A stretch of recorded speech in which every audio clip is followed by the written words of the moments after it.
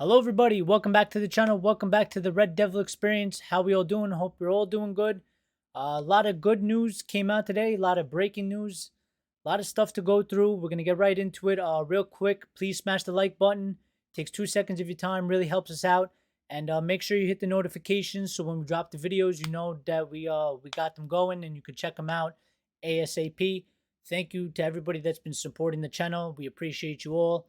And live shows are coming very, very, very soon. Next couple weeks, I promise. We're going to get that up and running. And we're going to start getting people on. We're going to start getting more opinion other than just myself giving opinion. So, yeah, we're looking forward to that. But let's get right into all the news. There was a lot of news, mostly from today, a little bit from yesterday. You could see the thumbnail. There's a potential Glazer CEO appointment. We might have lost our heads a little bit in the whole Sir Jim thing. We're going to talk about that. There's a couple players. Jadon Sancho has left. Hannibal looks like he's gone. Martial potentially might be leaving. There's some conflicting stories going on with that. Amrabat doesn't look like he's going to be given a permanent deal at the end of the season. And there's also talks of the new director of football along with the CEO. So we're going to get right into it. I'm going to start talking about the CEO. It was reported by Dan Sheldon that Jean-Claude Blanc has been cited as a potential candidate for the chief executive role, but many Manchester United and Ineos sources have cast doubt on that idea. With 2 seats on the board, Ineos will have a say in choosing the next permanent CEO, but not the final say. The Glazers and Ineos will have to agree on the choice of candidate. Once launched, the CEO appointment process will consider internal and external candidates. Manchester United should entrust the task to a headhunting company. So we might have jumped the gun a little bit, because now it's being reported and it's being clarified and it's being stated that the guy that we originally thought, and it's not completely our fault because he was being reported that he was going to be the CEO, and now it is come out saying that Jean-Claude Blanc will not be our CEO. He works for Ineos. He's going to be working with Ineos at Manchester United, but he will not be the CEO of Manchester United. He will be in some sort of other role that works with Ineos, which potentially leads to a Glazer CEO being appointed once again, which is very, very disappointing in my opinion. It hurts. Now, it might not be that big of a deal, but it might. It depends who is made the CEO, depends what their background is, depends where they come from. Like if the Glazers mess around and they make John Murtaugh the new CEO, everybody's going to lose their shit and it's going to be a disaster. The guy shouldn't be the CEO. He shouldn't even be at the club. So, obviously that's a problem. I really, really hope that they don't get somebody from inside the club. I'm tired of people from inside the club being appointed to positions that they shouldn't be in. We've experienced that with Ed Woodward, Richard Arnold, John Murtaugh's terms in terms of the fact that, he came in at Moyes, he started at one position at the bottom, and then he slowly, somehow made it all the way up to director of football or sporting director,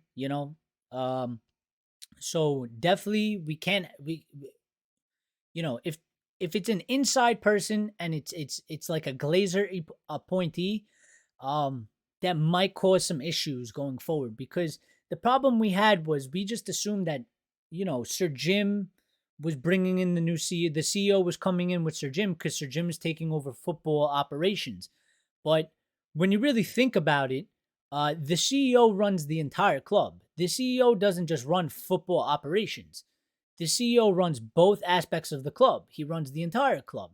He runs the commercial side, and he has involvement in the football side as well. It is the whole club as a whole. So to think that Sir Jim with 25% and only sporting control was going to be able to get in a CEO just by himself, and the Glazers aren't putting any input in that, was kind of a little crazy from us. I'm sure there was some people saying this. I'm gonna put my hands up and I'm gonna say I didn't see at all anybody stating this.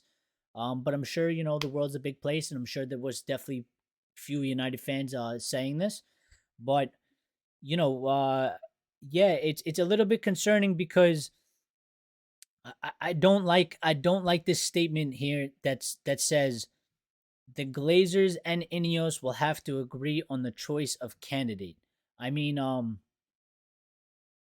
I don't know how that's gonna work. I mean, what happens if the Glazers try and put, like I said, somebody totally, a banker, another Woodward, um, you know, another person that just shouldn't be there. What if they try to put him in there and Ineos doesn't agree to it? And then what if Ineos, says, "Oh, why don't we get this guy?" And the Glazers don't want them because they're an outsider and they don't like, they never like outsiders. They want one of their guys in there. Um, and I think that's what's gonna happen because the reason why Jean-Claude Blanc is not going to be CEO is because he is a Sir Jim guy. He is an Ineos guy. And I don't think that the Glazers want an Ineos / Sir Jim guy to be the CEO of the football club. I think they want one of their own guys.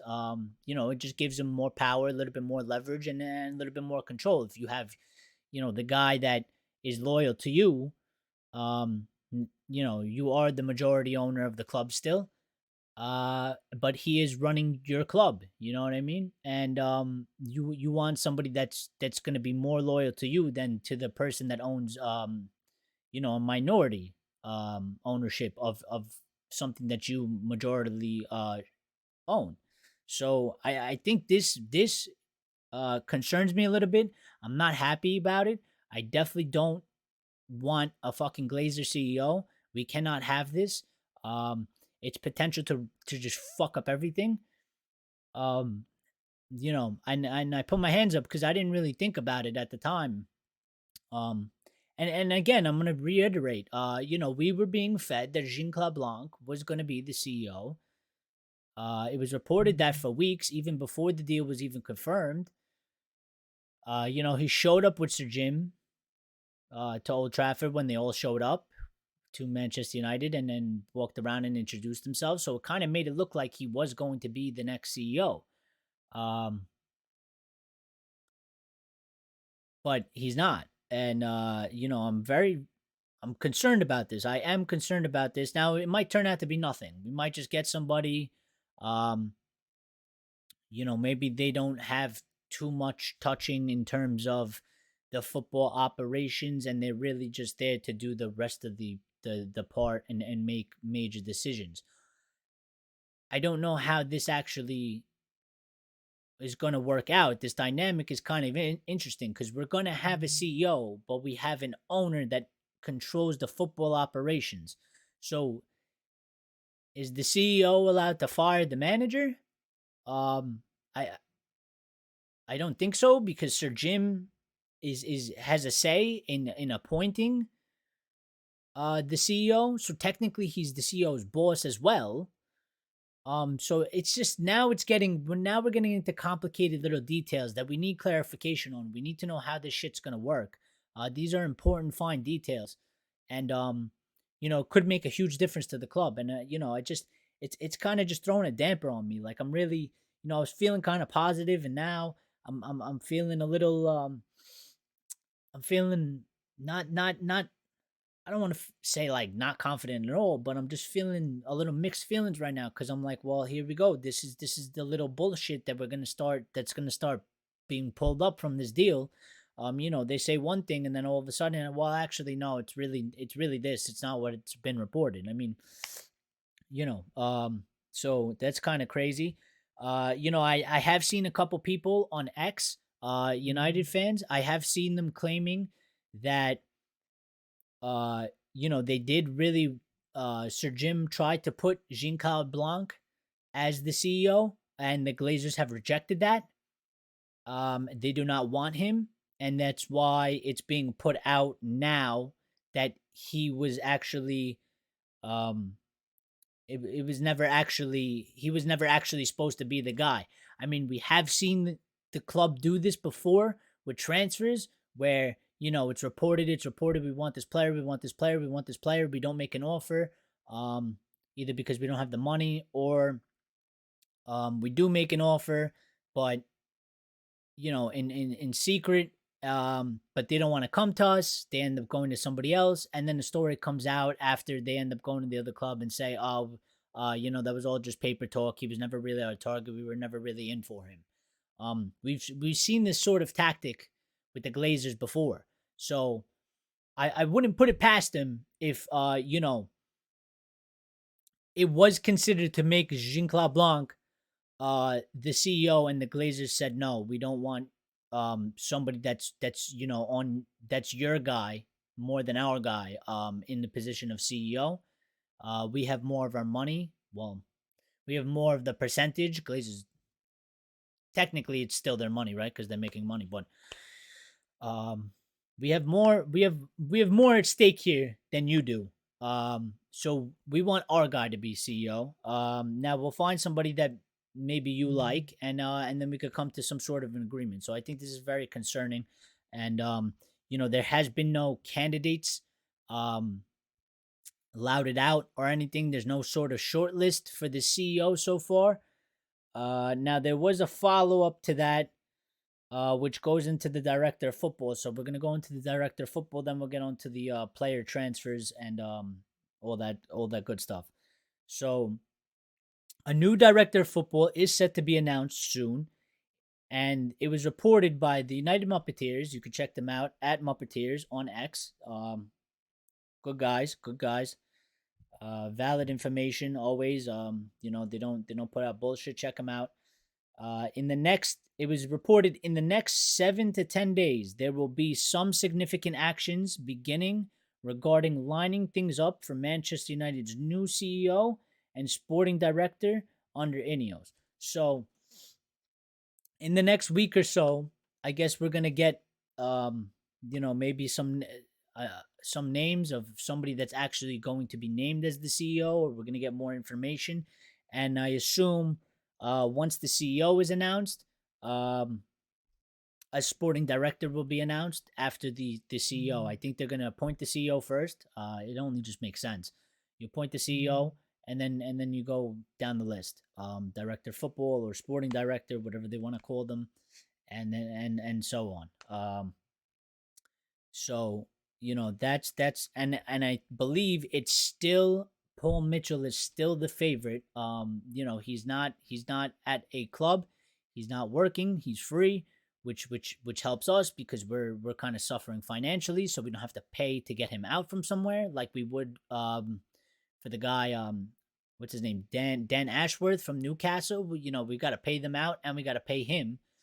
So Paul Mitchell is kind of a win-win, because he's out of a job, so he could probably use one, even though I'm sure he can probably get one anywhere else, but you know, so he's out of a job. So we don't have to pay a club for him, and we just got to pay his salary pretty much. So he's still the favorite. I haven't seen anything else reported to not say that he's not the favorite and that he's not in it anymore.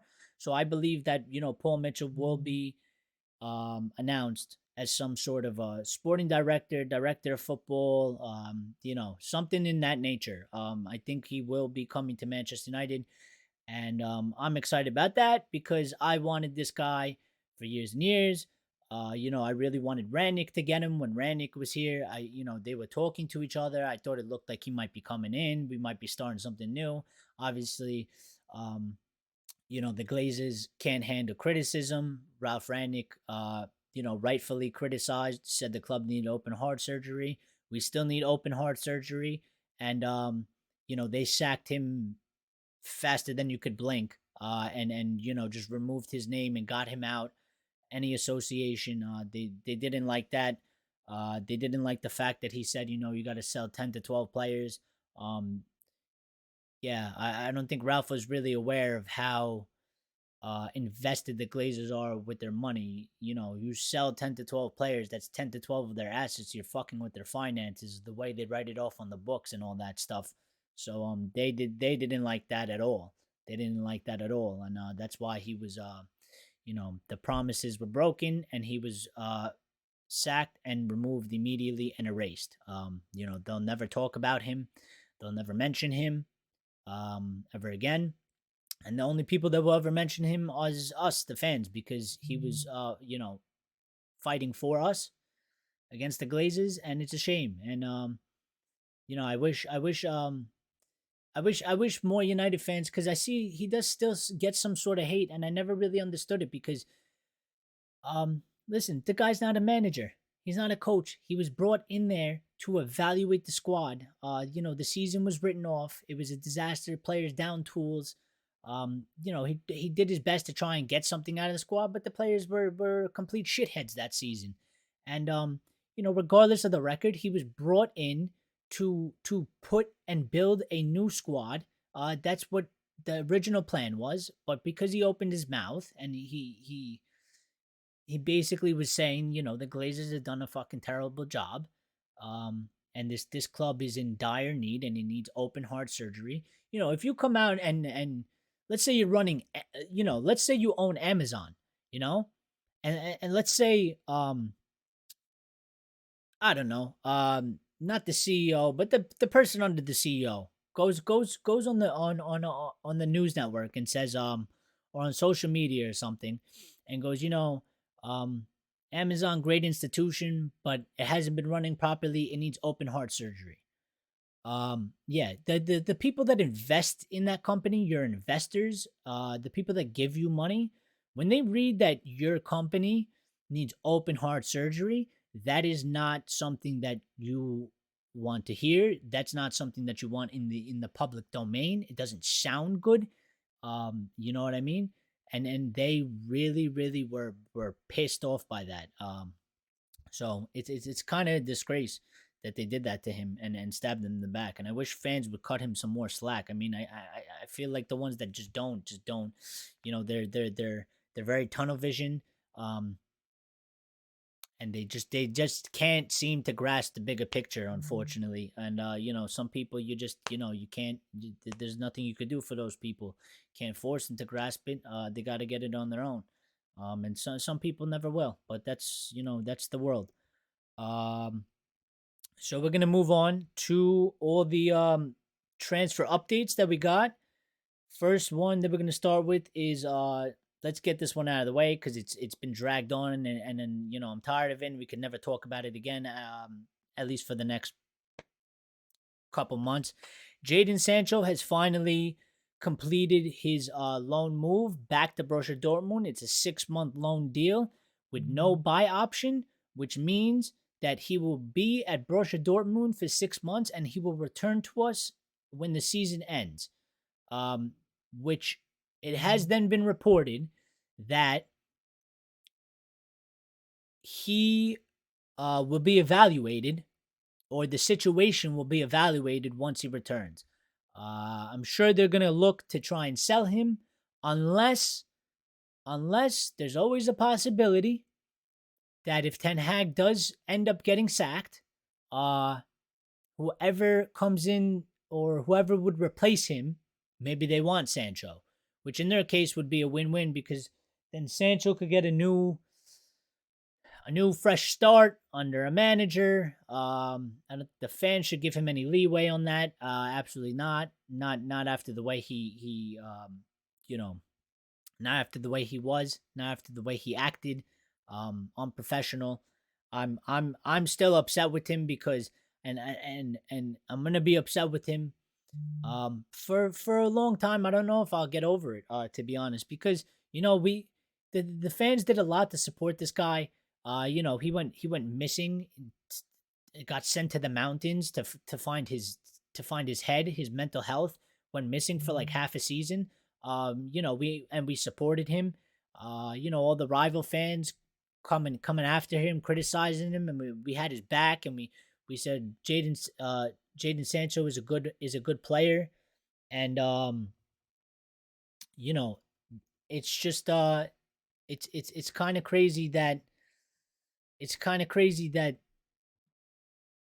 he ended up doing that because he made us look like fools and he made the club look like fools. Even though it was a thing with the manager, but that's where being professional, mature comes in, and I just can't get over that. It's really something that pisses me off.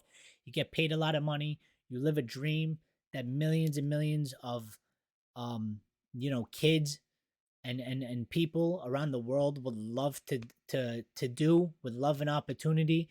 Some people don't have the ability. Some people don't get the opportunity. Uh, you know what I mean? Some people have unfortunate circumstances that happen to their life that takes that opportunity away from them. And when you make it to that level and you kind of are just taking it half-ass and pissing it away, it is kind of a disgrace, and I don't respect it. I don't respect it at all. No. You're there. You're supposed to be a professional. Act professional. Do professional things. So it was also reported that Manchester United will pay up to 100,000 a week of Jadon Sancho's 290,000 a week wage while he is on loan at Borussia Dortmund. And I'm going to be honest here. Um, I mean, I know that had to happen because, come on, he's on 290,000 a week. Nobody but us is going to pay 290,000 a week. So Dortmund was never going to cover the whole thing. In terms of that, though, I will say that it's not as high as I thought it was going to be quite honest. I thought we would pay at least half. We're paying a little bit less than half. Now, you can argue it's because we're only getting like a 3 million loan fee or something. So it's kind of still a bad deal because we're only getting 3 million loan fee and we're paying like a little bit less than half his wages. So, but it is what it is at this point. We were in a lose-lose situation. Best option was to send him out there, let him play. Hopefully he does good. Raise his value a little bit more, raise his interest, and personally, somebody comes along in the summer and move him on. If I was in charge, I'd move him on. When he came back, and I'm hoping that the guy performs the best he's ever performed. To be honest, so that we can get some suitors and we can get rid of him and take whatever money we can recoup and we start again and we go again and we do it better than what we've been doing. So there's that. Now, something that might displease certain sections of our fans, and I do understand it because he's young.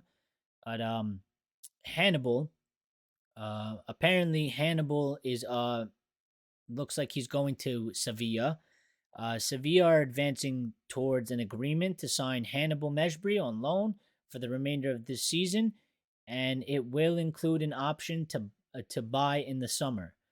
There is also an expectation of the potential permanent deal featuring a buyback mechanism, ensuring that Manchester United retain an element of control over the future of a player they regard highly.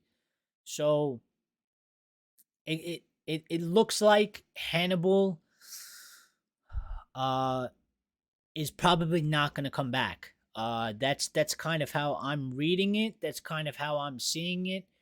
We're sending him on loan. I feel like unless he goes there and he plays completely shit, and Sevilla like, hell no, we don't want this guy. We're not going to take him. It looks kind of increasingly that he won't be coming back. He will end up going to Sevilla. It is a reason why, and I don't think he's necessarily against it because he has turned down Everton as a loan move, and I think he turned down another club as well. So he's kind of looking at it like if I have to leave, I'd go to Sevilla. I like Sevilla.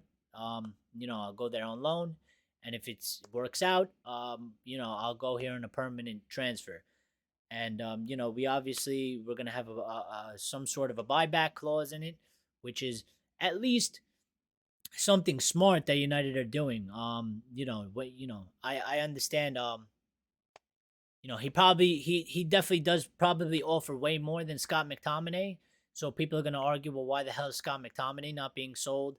Ahead of Hannibal. Well, Hannibal is young. Um, there's more potential with Hannibal. There's more room for development and stuff like that. So Hannibal has more of a value on the market and probably has more interest. Um, United had an opportunity to get rid of Scott McTominay, and Scott McTominay's been playing like shit. I'm sure people, across the football teams have been seeing that he plays like shit. He doesn't offer much. I bet you the people at Newcastle are glad that they didn't fucking sign him.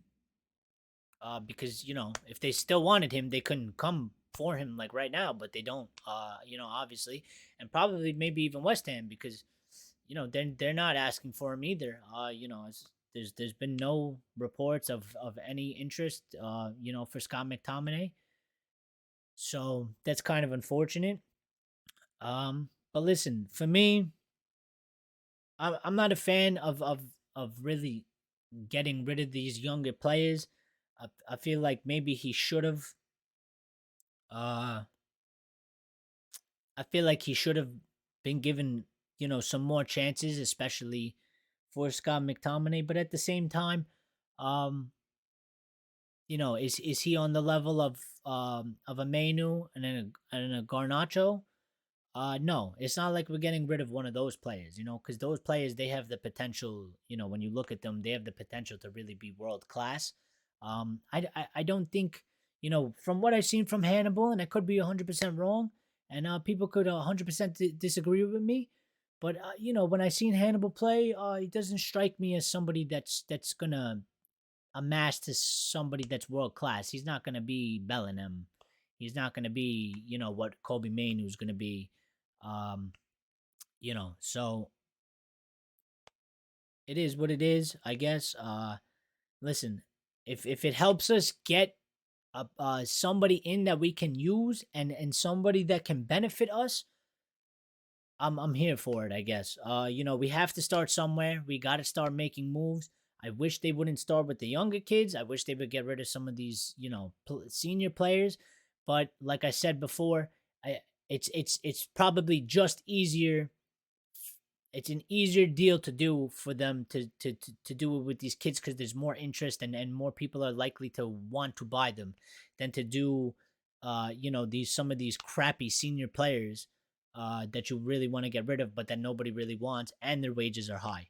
Uh, you only have a month to do deals. They're trying to balance out the books, I guess. Maybe snag a player in, um, you know, for January, and the rest will go to the summer. So we'll see what happens on that front. Now, Anthony Martial, there was like 2 or 3 different stories that came out, and they're a little bit conflicting because one was from Sky Sports Lyle that said Anthony Martial has rejected interest from Marseille and Fenerbahce and intends to stay at Manchester United until this summer. There was another report, I think it came out either this morning or yesterday, that was saying that Anthony Martial is looking to leave in January because he really wants to play for France in the Euros, which is I don't, to me that almost sounds like bullshit because I don't know. Has he noticed that he's fucking injury prone and that he can't play 90 minutes? We're talking about a player that hasn't played a full 90 minutes for us in 3 years. 3 years. And if you think I'm lying, go look it up. It's fucking mental that this guy has not played a full 90 minutes for us in 3 years, and we're paying him about 250 to 300,000 a week. Fucking bonkers. It's bonkers, and this is why I've been saying for episodes now, he's got to go. Get him out. Whatever you got to do, get him out. Get him out and get somebody else in on loan to the end of the season, and we move forward from there because it's just a fucking waste of money, man. It's crazy. It's mind-boggling to me. But the other thing that was reported, now this came after the story from Sky Sports saying that he has rejected interest from Marseille and Fenerbahce. This story has come out saying negotiations between Fenerbahce and Anthony Martial are positive. The Turkish club desire Martial. The situation will become clear tomorrow. And this is from at Elise Buse Arak. ELISBUSEARAC on X. Don't know. Don't ask me. I seen a few people, the aggregators, they were all putting this story up. So I trust them to know who these people are, and we take it with a grain of salt and discuss.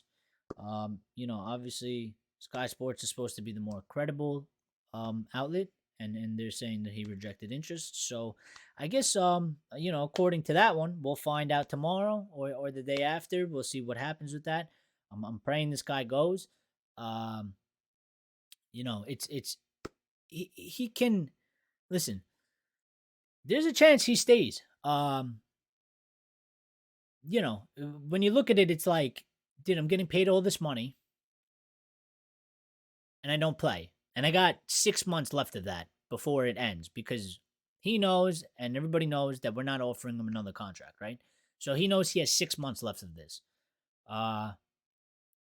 Now, if you have 6 months to just ride it out and not really give a fuck, and collect your money, and if money's important to you like that, right, and you don't really care, like if money is more important than the football, why would you go to a team that's not going to pay you the wage you're on right now, and you're still not going to play because, like I said, it hasn't played a full 90 minutes in 3 years? So if money is your object and money is your only concern, you'd sit here for 6 months, ride it out, and then just go sign wherever you got to sign after, and collect that paycheck from there. But I don't know. I don't know him personally, but that doesn't seem like the case to me. For Martial, because he's not really one of those flashy guys. He doesn't do a lot of brand deals. He doesn't have the sponsorships like a lot of players. So I feel like if he was really concerned or he was obsessed with money, he would have been doing all that shit, and raising his brand. He's really quiet, or more quiet on that front than a lot of other players. So I feel like he probably is gonna go, and I hope he does go. I don't have like hatred towards him. It's just that he shouldn't be here. Incompetence from the club, and he's overstayed, and he's got to go. And this is just how football works. You know what I mean? So, on the last subject, so we don't run too long.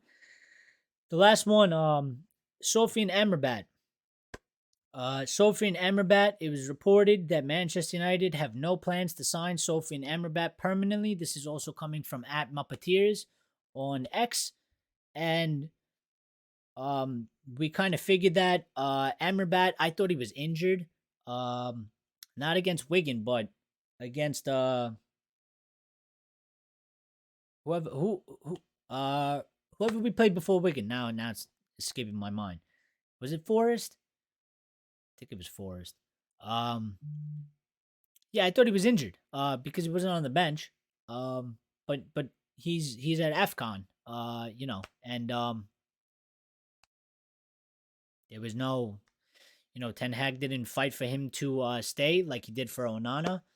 And I think we kind of lucked out on the fact that we didn't have money because, to be honest, Amrabat doesn't look like he's really the answer. And I don't think he is Manchester United quality, to be quite honest.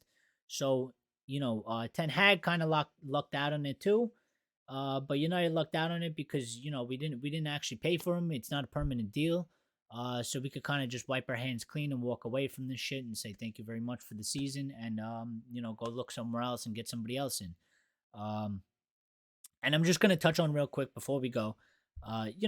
This whole Onana thing has kind of been pissing me off with the reaction to it. I understand that fans aren't happy with his performance. I'm not happy with this performance either. I get the heavy criticism of him But it's at a point where it's kind of fucking ridiculous the way people are acting. That just because he's not going to AFCON and he negotiated with the national team to play the Spurs game and then fly out and join up with the team after, so he doesn't miss a game, or he misses less matches for United, right? And then they criticize Ten Hag for allowing this to happen. I think people's anger is kind of clouding their judgment, because the shit that I'm hearing, I'm not seeing it the way they're talking about it, to be quite honest. People are claiming Onana is shit scared of losing his position, which is why he doesn't want to go, or doesn't want to miss, or wants to miss as less games as possible. And and then at the same time, people are also saying, like, it shows weakness from Ten Hag allowing Onana to do this. He should just tell him to go, which I think is fucking bullshit. And but then they're also criticizing him because they're like, why, doesn't he want to play Biender? Listen, to my opinion and the way I'm viewing this is, I don't think Onana is scared of losing his position. I think Onana is trying to fucking listen. New league. It's Manchester United. It ain't fucking Inter Milan. It ain't Ajax. It's a different beast. He knows he's struggling. And I think for Onana, it's not ideal he's trying to get as many games under his belt for Manchester United and get the performances as much as possible, so he can build up the confidence and put in good performances, right? I don't think he's scared of losing his position, because Erik Ten Hag literally won't play Biender. He hasn't played him in the League Cup. He hasn't played him in the FA Cup. He hasn't played him in the Premier League. He hasn't played him in the Champions League. So why would Onana be scared of losing his position to Biender when he knows that he won't even play Biender? Because personally, I don't think Biender is good enough. I think Biender is a fucking emergency option, and he's an understudy, and I don't think he's ready. And I think all these people that keep saying Biender deserves a chance, well, you know what? We kind of did that when we had this David De Gea and Dean Henderson shit going on, and apparently our fan base hasn't fucking learned from that, because I don't like changing goalkeepers. Listen, I understand, Onana has been bad, but again, first season, he's new, right? The team has been shit altogether. So it's not just like he's been the only one. Yeah, he cost us points. Yeah, he cost us fucking, games in the Champions League. So did other players, but he had a big part in the Champions League. And he hasn't been good, right? But you know what? Listen, he's supposed to be the number one goalkeeper, and we got to stick by him. We spent 50 something fucking million on him. We need him to come out good. I don't know why people have this in their head that they think that, like, Onana is going to get sold and he's not going to play. And then on top of that, it's like, why would you want the guy that we spent 50 million to become the fucking bench player and never play? I want this guy to put in these fucking good performances. He needs to play as many games as possible. And I think Erik Ten Hag is not fighting against Onana, because I think Erik Ten Hag thinks the same thing. I think Erik Ten Hag knows that his goalkeeper needs to get as many games under his belt and play as much as possible for this club, so he gets used to it and gets used to the, putting in good performances and builds his confidence back up.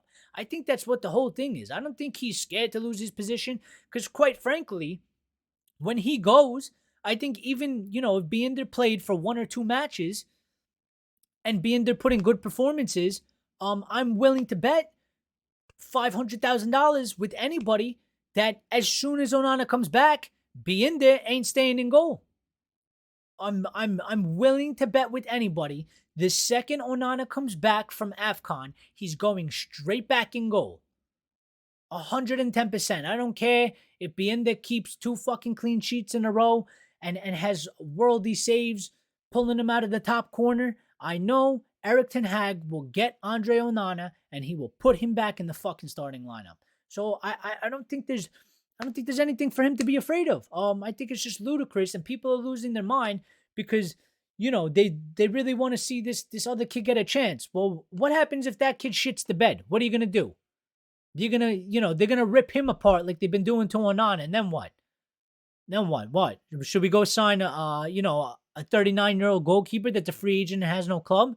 Should we go get fucking Ben Foster out of retirement and put him in net? It's ridiculous.